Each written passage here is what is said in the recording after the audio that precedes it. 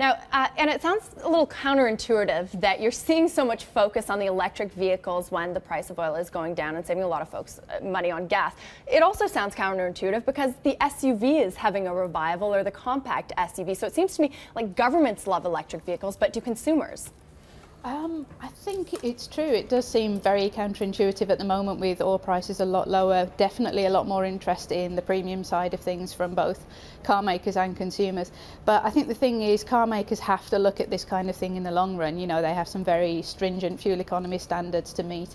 They're going to have to do this across the board. And I think the interesting thing about the Bolt is it's really bringing electric vehicles more to the mass market and giving a mass market option. Whereas I think Tesla at the moment is viewed very much as a premium kind of option. Yeah, it's saying that it's aiming to become a major player, undercutting the... Would Tesla even be considered a main rival? That car that you're looking at looks nothing like the beautiful Tesla that I see on the street sometimes. No, I think it's going to be very different segments that they're aiming at. And I think, you know, getting into the mass market is very important for EVs. It makes consumers realise that it could be more affordable, it could be practical with more range. So in that respect, it's definitely an important launch.